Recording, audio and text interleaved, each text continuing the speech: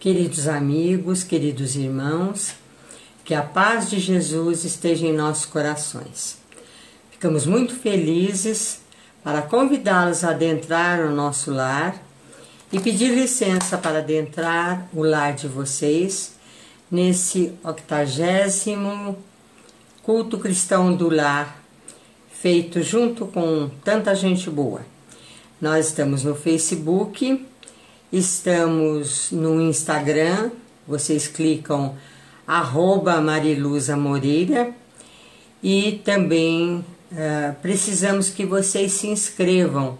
Precisamos de mais 30 inscritos no YouTube. Mariluza Moreira com 2 M's maiúsculos, para que seja transmitido também, mantido o nosso canal no YouTube. Então peço a vocês que não apenas compartilhem, deem seus comentários, mas também se inscrevam no YouTube, no nosso canal. Estou me recordando de uma passagem da vida do Chico em 1956, lá ainda em Pedro Leopoldo, em que ele foi procurado por um espírito que havia já falecido e que era a mãe da dona do hotel Diniz, lá de Pedro Leopoldo. E então ele encontrou a Naná, que era a dona, e falou: Naná, a sua mãe esteve comigo hoje e comentou que você está muito preocupada, que o pessoal pediu para você assinar uns documentos que eles vão desapropriar o hotel para passagem de uma rua, e que você assinou a licença, os documentos, mas que você achou muito estranho, a sua assinatura estava diferente, a sua maneira também de pegar, que foi ela mesmo que assinou. Mas manda dizer a você que fique despreocupada, você queria até reformar o hotel, fazer umas melhorias, e agora está pensando que vai perdê-la por causa da rua passar por aquele local, mas a rua não vai passar por aquele local. E você vai conseguir, inclusive, o dinheiro para fazer as reformas que você estava achando que deveria fazer. A Naná agradeceu, mas ficou pensando, realmente, eu assinei aquilo num impulso, nem achei que fui eu que assinei os documentos que vieram me trazer. Mas eu não vejo como que vai aparecer algum dinheiro para eu reformar o hotel. E ela vinha pedindo o dinheiro atrasado de quinquênios como professora na prefeitura. E nem lembrava disso e nem achava que iria receber, mas ganhou esse pedido e o dinheiro que estava acumulado com juros e tudo mais da sua tarefa como professora caiu na sua conta. E com isso ela fez as reformas, a rua não passou pelo local do seu hotel e ela pôde continuar com a sua tarefa. Então, às vezes as pessoas falam, o Chico não tocava em assuntos, não fazia previsões, não dava conselhos de ordem material. Não, ele dava sim. Ele dava atenção às pessoas naquilo que elas estavam precisando e falava aquilo que os espíritos amigos pediam para ele falar. Ele não atendia todo mundo porque o conselho não vinha dele, e sim da espiritualidade. Ele só podia fazer aquilo que a espiritualidade lhe pedisse para fazer e realizar. Muito bem, espero que vocês tenham pego o seu copinho com água, para que os espíritos amigos coloquem aí a medicação necessária, à saúde de cada um, ao equilíbrio, e que nós possamos nos encontrar durante a noite, nos momentos do descanso do sono, amparando-nos mutuamente para as tarefas que nos aguardam na semana entrante. Vamos então fazer a nossa prece.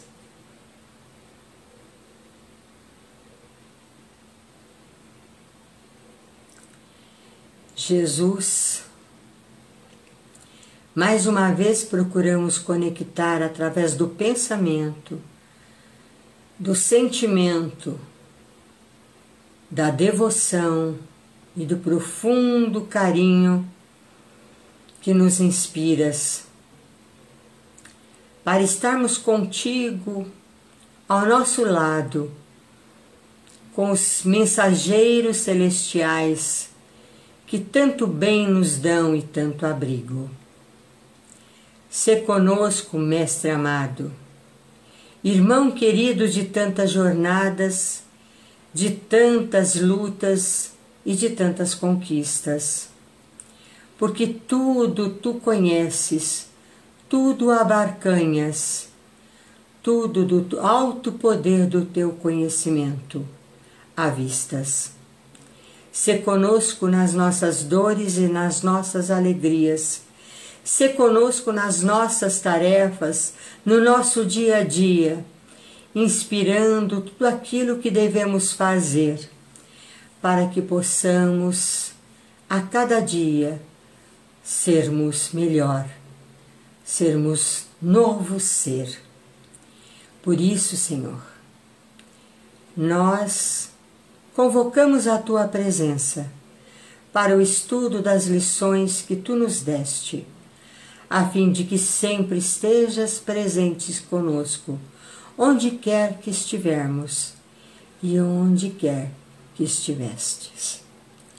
Muito bem, nós vamos então ao Evangelho segundo o Espiritismo, não é? E vamos sortear uma das páginas que faltaram estudar, porque já foram quase todos os capítulos, naquilo que nós anotamos. Nós temos a página 232, 233. Então, são muitas aqui, nós pegamos uma delas, né? Vamos ver agora o que nos reserva, qual o assunto, qual o capítulo, né? Procurando aqui, a página 232. Queremos agradecer a todos os companheiros com quem nós estivemos na feira ontem e hoje. É o final do capítulo 17 e início do capítulo 18. O capítulo 17 do Evangelho segundo o Espiritismo é bastante extenso e fala de nós sermos perfeitos como nosso Pai Celestial é perfeito, o que é algo bastante difícil. Então, é só o final do capítulo em que os espíritos falam do cuidado que nós temos que ter com o nosso corpo físico e com a nossa mente, com os nossos pensamentos, com as nossas preocupações, para não macerar o corpo, para não maltratar o corpo. Então, diz exatamente o seguinte: é um comentário de um espírito protetor em Paris em 1863. O espírito dá o nome de Georges apenas, né? A perfeição moral consiste na maceração do corpo. Para resolver esta questão, eu me apoio sobre os princípios elementares e começo por demonstrar a necessidade de cuidar do corpo, que, segundo as alternativas da saúde e da doença, influi de maneira muito importante sobre a alma, que é preciso considerar como cativa da carne. Para que essa prisioneira viva se divirta e conceba mesmo as ilusões de liberdade, o corpo deve estar são, disposto, vigoroso. Então sigamos uma comparação. Eles, pois, em perfeito estado, ambos devem fazer para manter um equilíbrio entre as suas aptidões, suas necessidades, que são tão diferentes. Então veja bem, ele está falando da necessidade de cuidar do corpo e da alma, mas ele chama a atenção que a alma utiliza esse corpo como instrumento e, portanto, ele sofre como que um aprisionamento a esse corpo, uma dependência desse corpo. E para ele estar mais disposto, mais alegre, com mais forças, com mais condições para realizar as suas tarefas do dia a dia, para concretizar os seus ideais, é necessário que esse corpo esteja forte, esteja sadio, esteja vigoroso, lhe dando as condições necessárias. Então é muito claro, fica muito evidente o comentário do Espírito com relação a esse ser de perfeitos. Não é apenas a perfeição espiritual, não é apenas o crescimento no conhecimento, na moralidade, na espiritualidade, no equilíbrio, nas emoções da alma, mas também cuidar muito bem do instrumento que lhe serve de abrigo durante a sua vida terrena e que lhe propicia também maiores condições, melhores condições da sua atuação diária. Nem é menos verdade que a maioria dos centros espíritas no local e à distância atendem aos pedidos de saúde de milhares de pessoas e os espíritos amigos, então, através do passe da água fluida, de uma intervenção muitas vezes cirúrgica espiritual, auxiliam para que o nosso corpo fique com mais saúde, com mais disposição e nós possamos então conviver na Terra com uma maior alegria e possibilidade.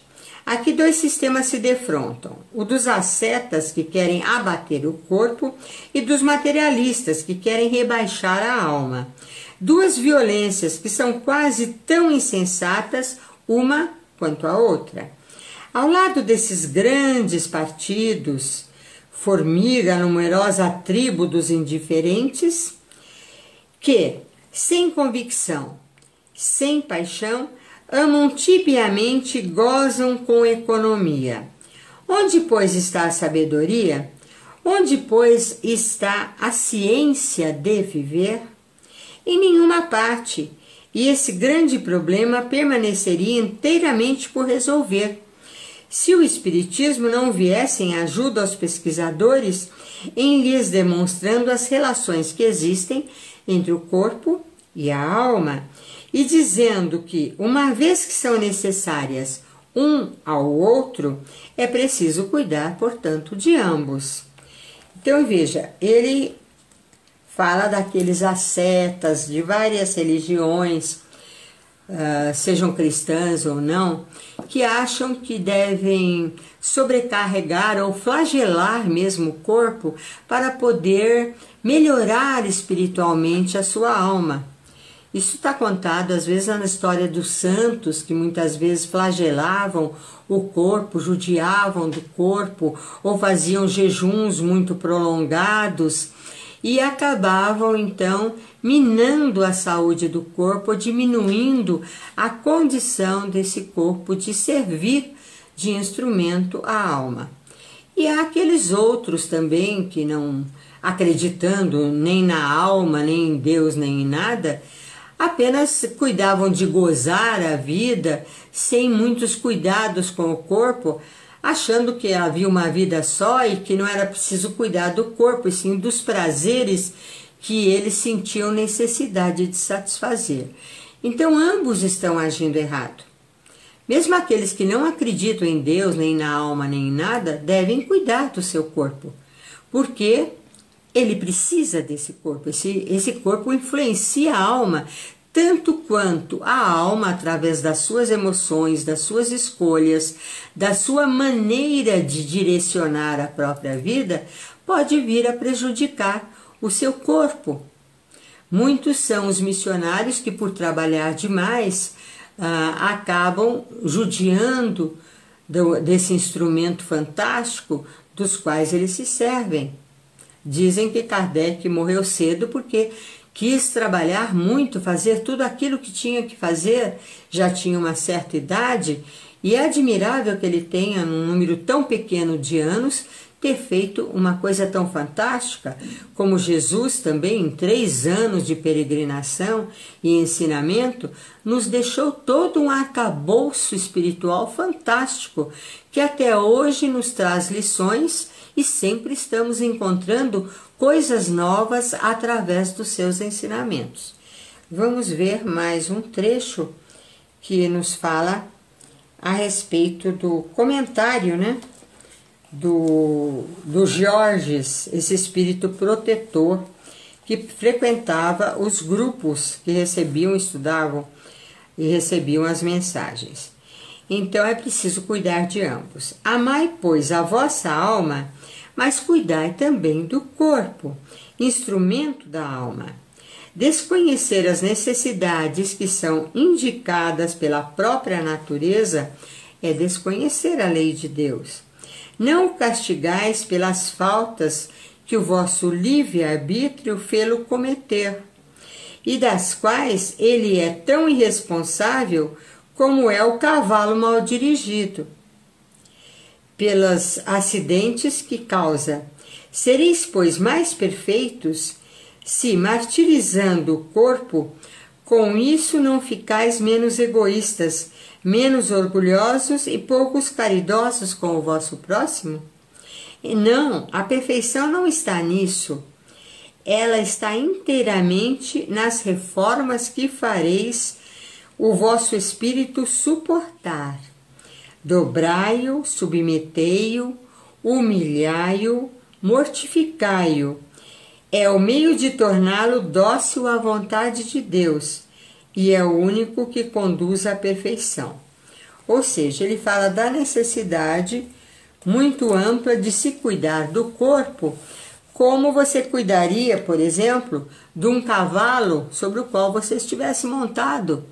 Um cavalo que conduzisse você à garupa, ou mesmo numa carroça ou numa carruagem, que na época estávamos começando ainda, logo depois, com a indústria, com o carro, né? Foi mais uns anos na frente da recepção do livro do Evangelho segundo o Espiritismo. Então o cavalo não é responsável, o corpo não é responsável, mas o condutor, se conduz o cavalo de qualquer maneira, pode provocar um acidente, pode cair, pode chegar até a desencarnar por cair do cavalo. Então nós precisamos cuidar muito bem do corpo. Agora o espírito, nós temos que mortificá-lo através das nossas escolhas, nós temos que até que ele aprenda a se humilhar em algumas condições, mesmo tendo razão.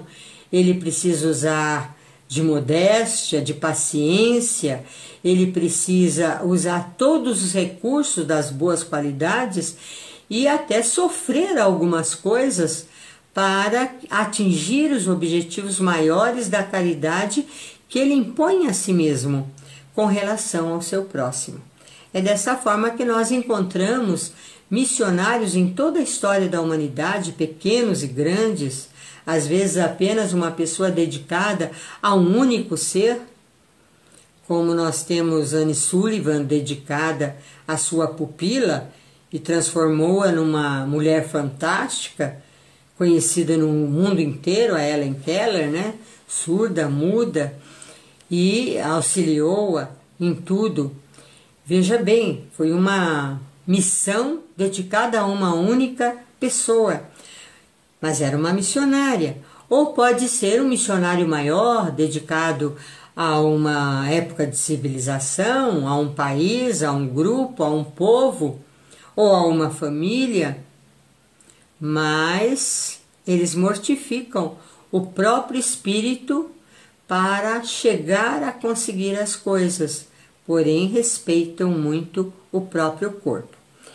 Aqui nesse trecho termina o capítulo 17 e vamos passar ao capítulo 18. Dá tempo da gente iniciar esse capítulo, cujo tema é: muitos são os chamados e poucos os escolhidos. É uma parábola do festim das núpcias, tem uma série de coisas a respeito desse assunto, sobre a porta aberta, sobre a porta estreita, e como se pedirá muito àqueles que muito for dado. Então ele começa com a parábola dos festins das núpcias. Jesus, falando ainda por parábolas, lhes disse: o reino dos céus é semelhante a um rei, que, querendo realizar as núpcias do seu filho, enviou seus servidores para chamar às núpcias aqueles que foram convidados, mas eles se recusaram a vir. Ele enviou ainda outros servidores, com ordem de dizer de sua parte aos convidados: eu preparei um jantar, fiz matar meus bois e tudo o que havia feito cevar. Tudo está preparado. Vinde às núpcias. Mas eles não se preocuparam e se foram, um para sua casa no campo, o outro para o seu negócio. Os outros se apoderaram daqueles servidores e os mataram, após lhes ter feito vários ultrajes. O rei, tendo sabido disto, se encheu de cólera e, tendo enviado seus exércitos, exterminou esses homicidas e queimou a sua cidade. Então disse aos seus servidores: o festim das núpcias está todo preparado, mas aqueles que haviam sido chamados dele não foram dignos. Ide depois nas encruzilhadas e chamai para as núpcias todos aqueles que encontrardes. Seus servidores, indo então pelas ruas, reuniram todos aqueles que encontraram, bons e maus, e a sala das núpcias ficou cheia de pessoas que se sentaram à mesa. O rei entrou em seguida para ver aqueles que estavam à mesa, e tendo notado um homem que não estava com a roupa nupcial, lhe disse: meu amigo, como entrastes aqui sem ter a roupa nupcial? E esse homem permaneceu mudo. Então o rei disse aos seus servos: atai-lhes as mãos, os pés e lançai-o nas trevas exteriores. Aí haverá pranto e ranger de dentes, porque há muitos chamados, mas poucos escolhidos. São Mateus, capítulo 22, versículos de número 1 a 14. Então é uma parábola bastante extensa, ficou com 14 capítulos do apóstolo Mateus, que quando esteve com Jesus já anotava os acontecimentos, por isso ficou muito gravado, porque ele fazia isso presentemente, de uma forma fantástica. Ele que era um publicano e foi chamado por Jesus. Então Jesus contou uma parábola sobre uma festa. O seu filho ia se casar e então ele convidou pessoas que considerava dignas que podiam vir. Isso significa que o pai amado ia mandar o seu filho em núpcias com a humanidade, e antes então mandou os seus servos, os profetas, que foram contando tudo a respeito do que iria acontecer com Jesus, preparando a vinda do Cristo, com a ideia de um Deus único, com as leis mosaicas, com todas as coisas que os profetas foram trazendo. Mas eles não ouviram esse chamado, esse convite, não os atenderam e foram tratar dos seus negócios, da sua casa de campo, e não deram a mínima importância àqueles mensageiros enviados pelo Pai para o preparo das festas, convidando para as núpcias. Aí ele mandou outros servidores, convidando novamente outras pessoas mais cultas, mais consagradas talvez às leis de Moisés e tudo mais. Mas eles fizeram pior do que aos primeiros servidores a quem não atenderam. Eles perseguiram, eles ultrajaram, eles mataram esses servos que haviam sido enviados na pessoa de outros profetas, de outros enviados do plano espiritual durante séculos para preparar a vinda de Jesus. E aí o pai ficou muito zangado. Aquele povo que ele havia escolhido, que acreditava num Deus único, a quem ele dera tantas bênçãos, a quem ele libertara da escravidão de Nabucodonosor, da escravidão do povo egípcio, do faraó, não o atendia. Então ele falou: vamos convidar então a todos que vocês encontrarem nos caminhos. E os servos saíram convidando as pessoas nas encruzilhadas, nas ruas, nas cidades, em todo lugar. E eles não escolhiam se eram bons ou maus, se eram dignos ou indignos. Todos foram convidados para as núpcias. Isto ocorreu quando Jesus esteve entre nós. ele escolheu 70 discípulos primeiro e mandou a várias cidades com instruções daquilo que deviam fazer, e escolheu 12 apóstolos, que eram os espíritos mais evoluídos naquela época, encarnados, para segui-lo, ver tudo aquilo que ele fazia, aprender com ele os seus ensinamentos, a fim de transmitir às gerações futuras quando ele houvesse sido morto, igual vários emissários, ultrajado, humilhado e torturado pelos fariseus e pelos sacerdotes do seu tempo. Então, quando Jesus contou essa parábola, ele estava falando de uma tarefa imensa de vários mensageiros celestiais que haviam encarnados para preparar a sua vinda, e falando dele mesmo.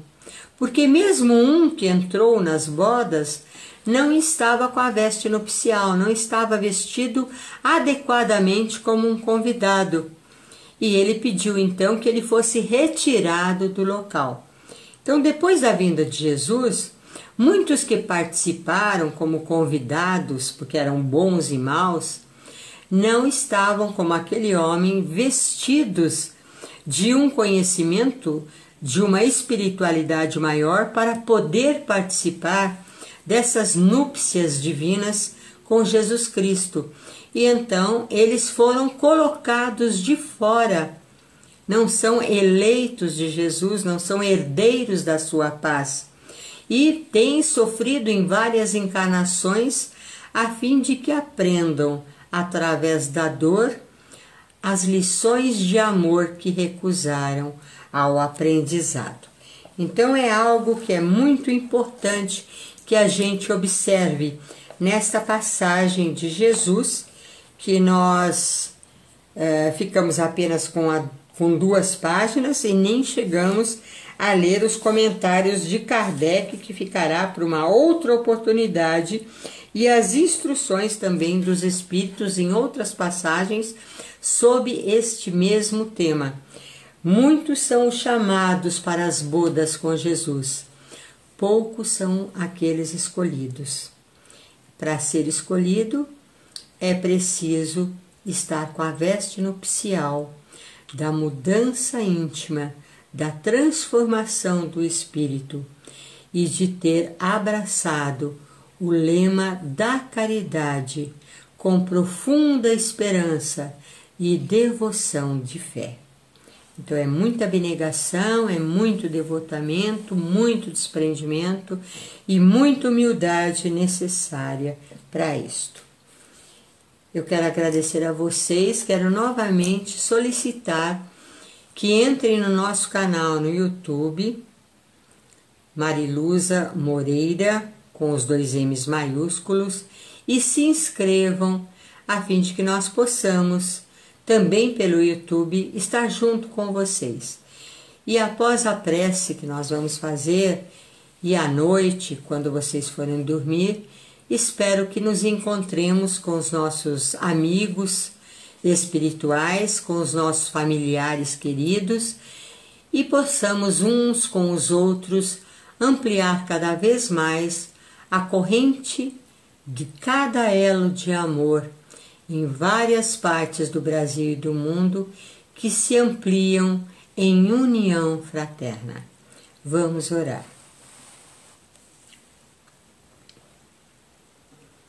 Pai amado, Mestre querido, veneráveis mensageiros celestiais que auxiliais Jesus, estejam conosco a fim de que a nossa treva possa ser transformada em imensa luz. Que essa luz que vem de todos aqueles que são mais aperfeiçoados possam alcançar todos os entes queridos, todos os entes amados por cada um de nós, em nossas famílias e em nossa amizade.